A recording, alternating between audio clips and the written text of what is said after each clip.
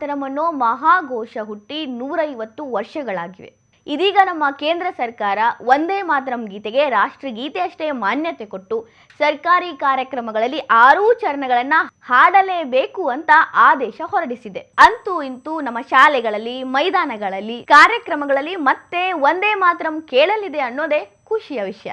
ಈ ಹಾಡು ಹೇಗೆ ನಮ್ಮ ನೆಲದಲ್ಲಿ ಮೊಳಗಬೇಕು, ಹೇಗೆ ನಮ್ಮ ನರನಾಡಿಗಳಲ್ಲಿ ಸೇರಿ ಹೋಗಬೇಕು ಅನ್ನೋದರ ಬಗ್ಗೆ ಅಸಾಧ್ಯ ವಾಗ್ಮಿ ಸಂಘದ ಧ್ವನಿ ರಾಷ್ಟ್ರೋತ್ಥಾನ ಪರಿಷತ್ತಿನ ಮೇರು ವಿದ್ವಾಂಸರಾಗಿದ್ದ ಶ್ರೀ ವಿದ್ಯಾನಂದ ಶೆಣೈಯವರು ಹೇಳಿರೋ ಕೆಲವು ಸಾಲುಗಳನ್ನು ಕೇಳಿದಾಗ ಮೈ ಜುಮ್ ಅನ್ನದೇ ಇರೋದಿಲ್ಲ. ಅವರದೇ ಕಂಠದಲ್ಲಿ ಅವರದೇ ಸಾಲುಗಳನ್ನ ಒಂದ್ಸಲ ಕೇಳಿ ನೋಡಿ, ಮೈ ಜುಮ್ ಅಂದಿದ್ರೆ ಹೇಳಿ.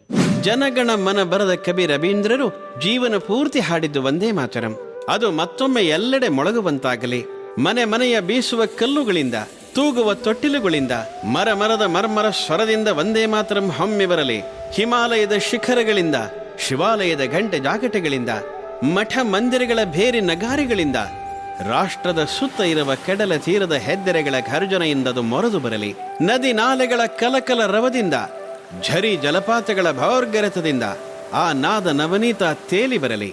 ಕೆಸರು ಗದ್ದೆಗಳಿಂದ, ಕಿರಣಿ ಯಂತ್ರಗಳಿಂದ, ತೆಂಗು ಕಂಗಿನ ಚಾಮರಗಳಿಂದ, ತೆನೆಯೊಡದ ಪೈರು ಪಚ್ಚೆಯ ಮೈ ಪುಳಕದಿಂದ ಆ ಸಂಗೀತದ ಶ್ರುತಿ ಸ್ಫುರಿಸಿ ಬರಲಿ.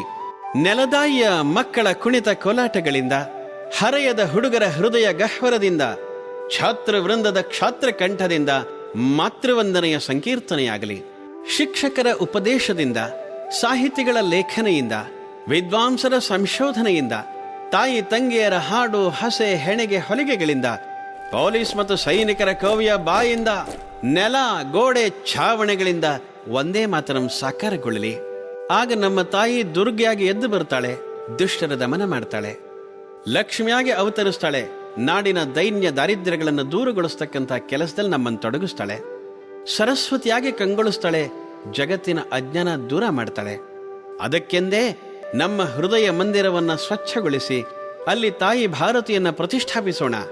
ಅವಳಿಗೆ ಅನುದಿನ ಹೇಳೋಣ, ಅಮ್ಮ ನೀನು ತಾಯಿ, ನಾನು ಮಗು, ನೀನು ಅರ್ಚಿತೆ, ನಾನು ಅರ್ಚಕ.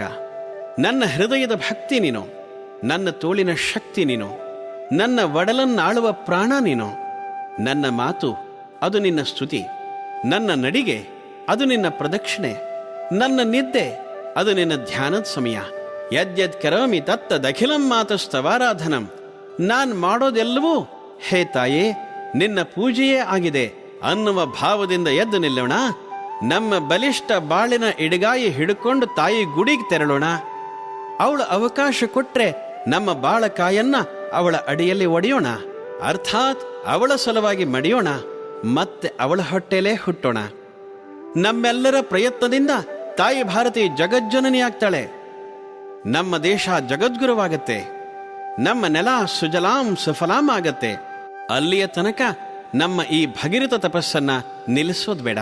ಬಂಧುಗಳೇ, ನನ್ನ ಮಾತಿನಲ್ಲಿ ಒಳ್ಳೆ ಅಂಶ ಇತ್ತು ಅಂತ ತಮಗನ್ಸಿದ್ರೆ ಆ ಒಳ್ಳೆ ಅಂಶ ಅನ್ನುವ ನನ್ನ ಮಾತಿನ ಹೂವನ್ನ ತಮ್ಮೆಲ್ಲರ ಪರವಾಗಿ ತಾಯಿ ಭಾರತೀಯ ಅಡಿದಾವರೆಗಳಲ್ಲಿ ಅರ್ಪಿಸಿ ಶಾಂತವಾಗಿ ಈ ಉಪನ್ಯಾಸವನ್ನ ಆಲಿಸಿದ ತಮ್ಮೆಲ್ಲರನ್ನ ವಂದಿಸ್ತಾ ನನ್ನ ಮಾತಿಗೆ ವಿರಾಮ ಕೊಡ್ತೀನಿ. ನಮಸ್ಕಾರ. ವಂದೇ ಮಾತರಂ.